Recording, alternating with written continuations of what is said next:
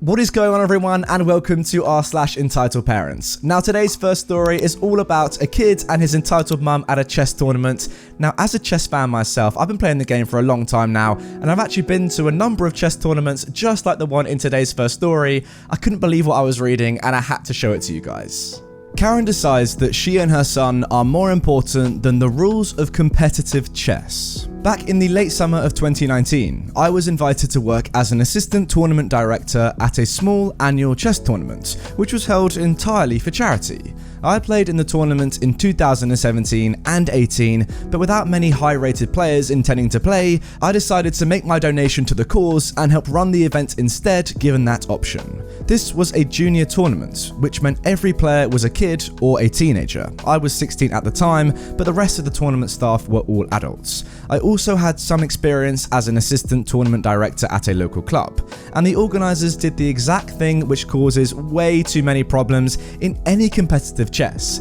They decided to allow spectators in the tournament hall. Anyone who knows anything about competitive chess would tell you that talking between two players is a big no-no, and that any chatting between players and spectators is a cardinal sin. I've seen spectators be thrown out for quietly murmuring among themselves, as they should be. Chess is a silent game, and spectators have no right to violate the rules which the players must abide by.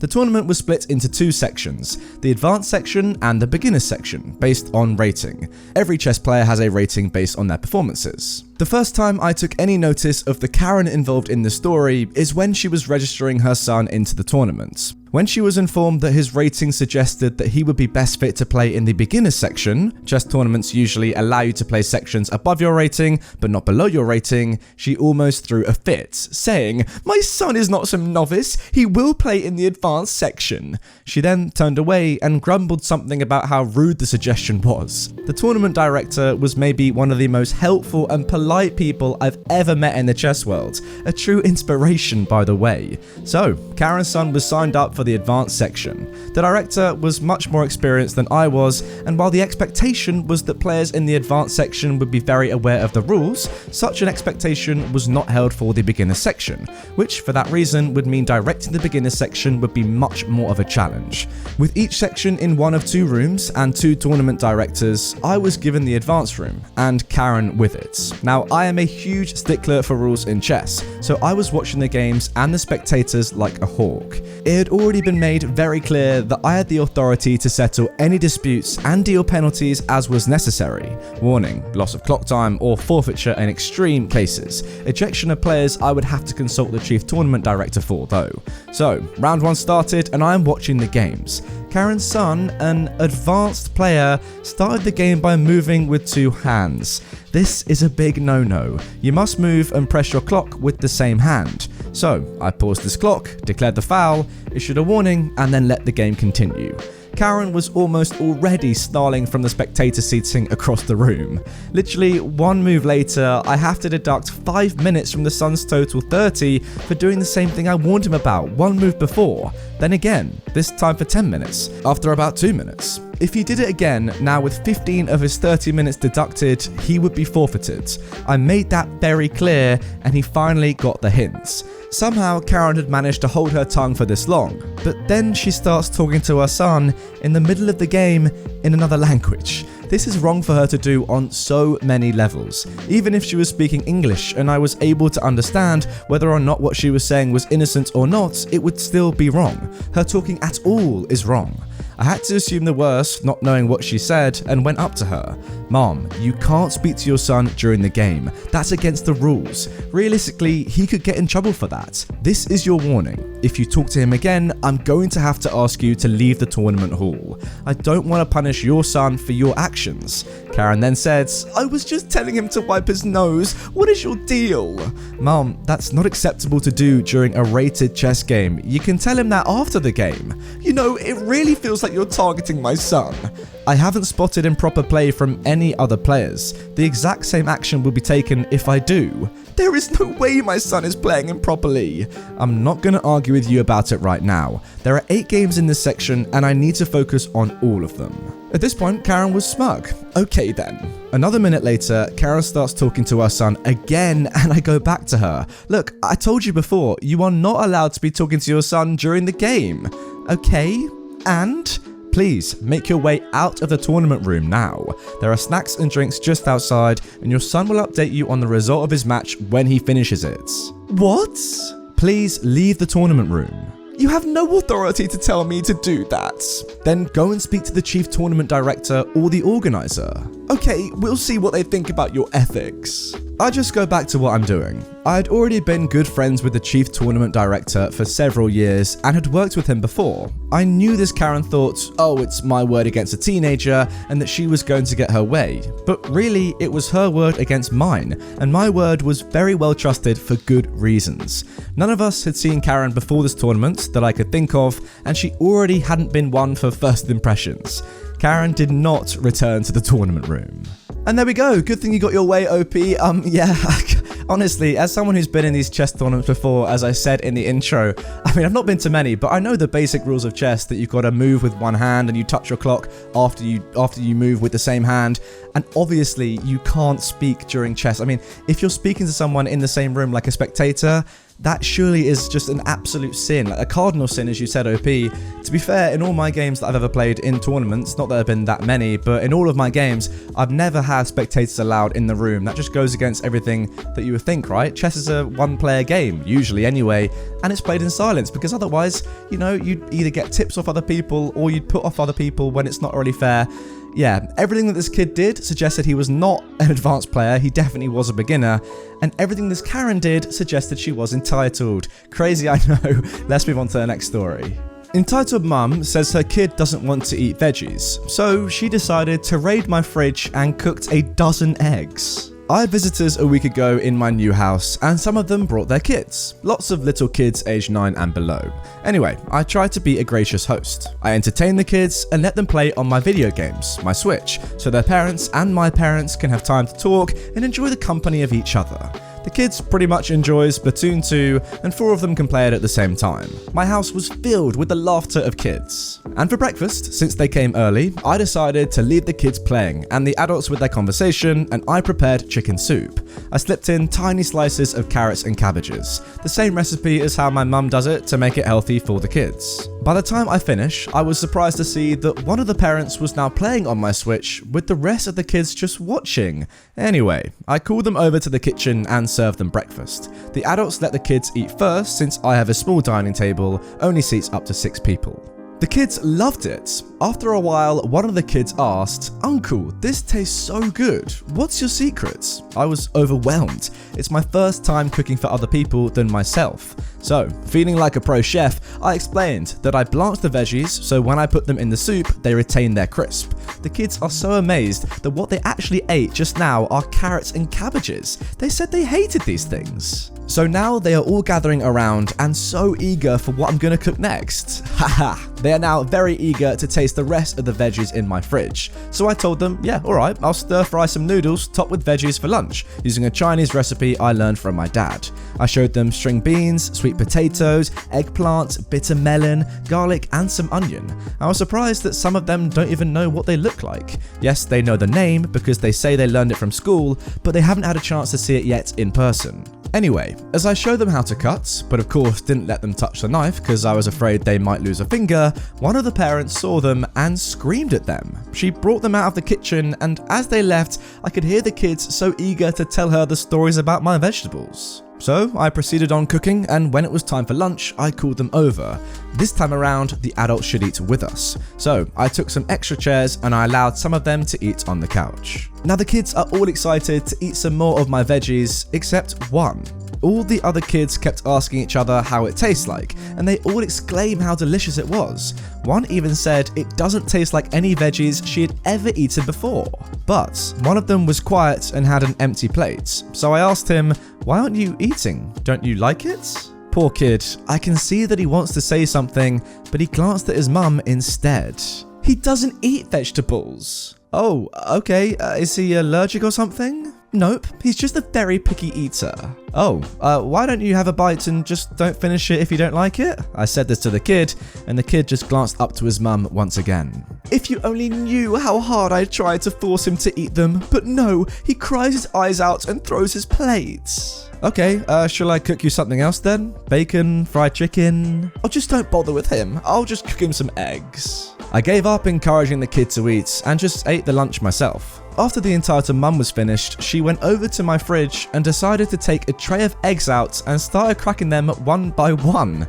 I asked her if she needed any help, but no, she insisted on cooking herself. She even said I must be tired of all the cooking, so I should just relax. Okay, so I left her and joined the kids. They still kept on asking how I did it, like it was some kind of magic. I envied their innocence. How fun would it be to experience life as a kid again? What a good point. It took a while until the other kid got back. The other kids began teasing him that he was not able to taste my dish, but now he's boasting about how many eggs both him and his mum had eaten.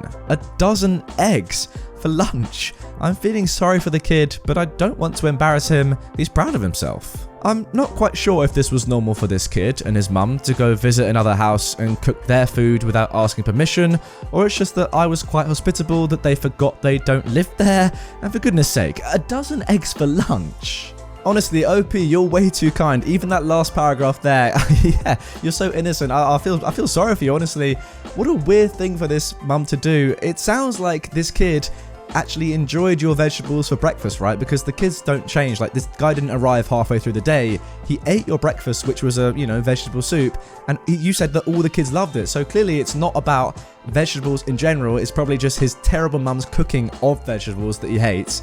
Not surprised, you can cook vegetables very badly. They can be horrible and rubbery, and no one likes that, do they? But yeah, if you get someone that's good at cooking vegetables, they can be absolutely delicious, as we've seen in this story. But yeah, what a weird one. I don't know why this mum decided to take 12 of your eggs and just cook them. 12's a lot. I mean, even for me, I'm quite I like food. I'm a big boy. I'm a growing boy. I wouldn't eat 12 eggs. I wouldn't eat 6. I mean, maybe I'd eat 6, but 12 with my mum, so she wouldn't eat 6, so I wouldn't eat like 8 eggs. That's a lot. Fair enough for this kid that he's proud of eating 8 eggs or 6 eggs each. But yeah, weird one. As you can tell by what I'm saying right now, I thought that was a bit of a weird story.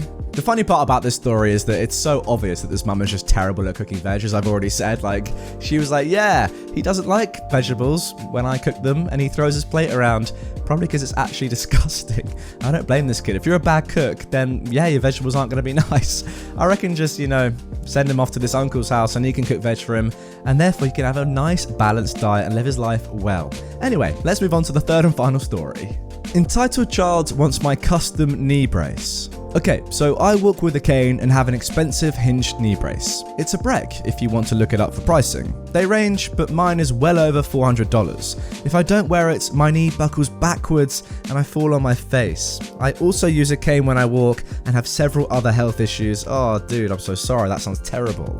I was at Meijer, an American supermarket, walking around looking at toys last November for my kids for Christmas. I am very pregnant and my doctor warned me to avoid stress and that the baby will probably be a month early. So I'm taking it easy, walking slow, taking breaks and relaxing often.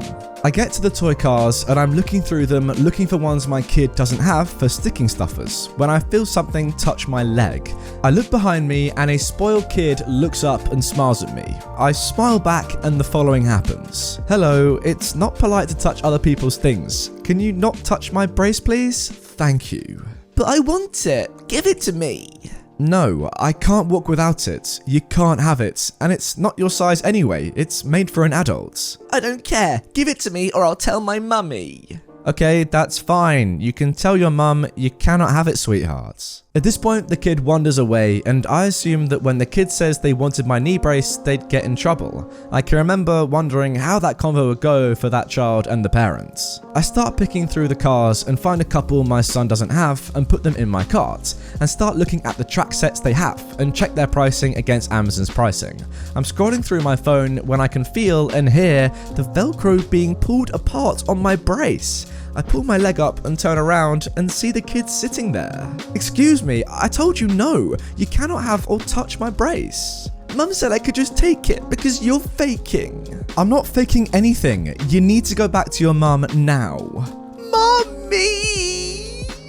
The kid is crying, shrieking, and causing a huge scene, screaming for their mother and grabbing at my brace, which is making me unbalanced. I can feel my heart rate going up, and I'm starting to worry about falling and hurting my baby. The entitled mum comes over. What's the problem here? Your child is asking for my brace. I told them no, and they tried to take it off of me. Well, just give it to him then? I don't see what the big deal is. You could just buy another.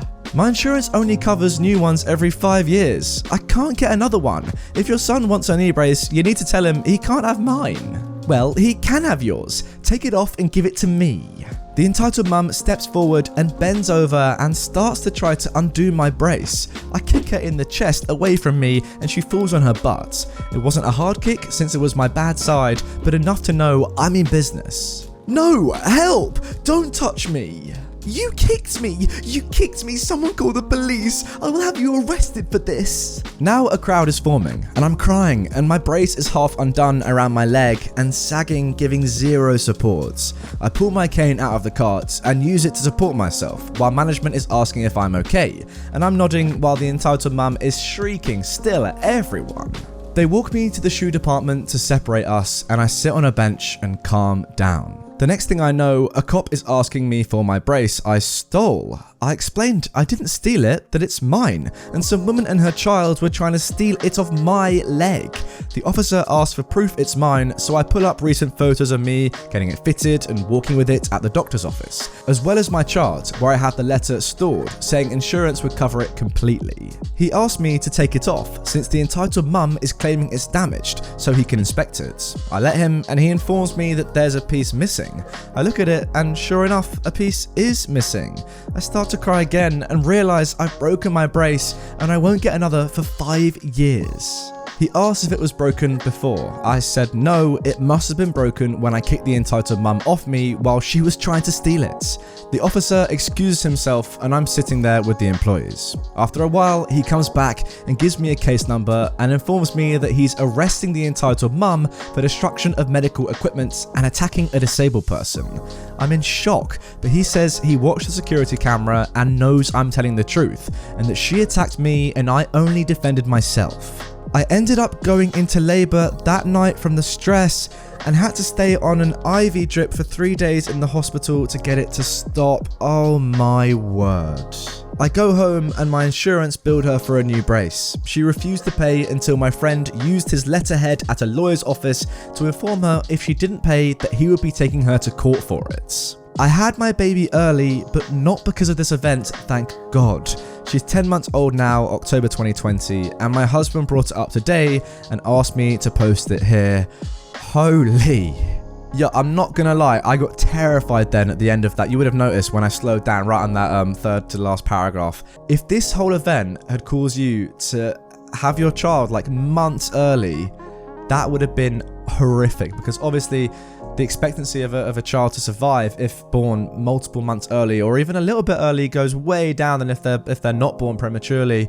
Oh, imagine if you had actually, you know, gone into labour properly, well, gone into labour and followed through on the labour and actually had the child. Oh, I can't think how life-changing that would have been. I'm just lucky, or I'm just happy that you did get to go to the hospital quickly and you had an IV drip that saved your child's life, potentially. Oh my God. I mean, I've never seen an entitled parent story before where a newborn, an unborn baby has nearly died. Jesus. I mean, everything about the story is mad, but I thought it was just going to be like a normal story until we got to that third to last paragraph and I was like, oh my God, this is some serious stuff. I'm just happy that your baby is alive now and probably having a great life. 10 months old, power to you, OP, for surviving this. Oh, wow. Anyway, guys, that is going to do it for this Entitled Parents video. I think I need to go and have a lie down on my bed. Unfortunately, I can't because I'm about to go on a run. But who cares about that? If you want to watch more videos, check them out here. They're all great. Every single one of them is a 10 out of 10. And if it's not, you can complain to YouTube because they actually own the video. None of that's true. Subscribe as well if you're new. We're getting a lot of subscribers now, like over 1,000 a day. It's pretty cool. If you want to be part of that and help me get over to, 600,000, then subscribe. And I'll see you all tomorrow with a brand new video.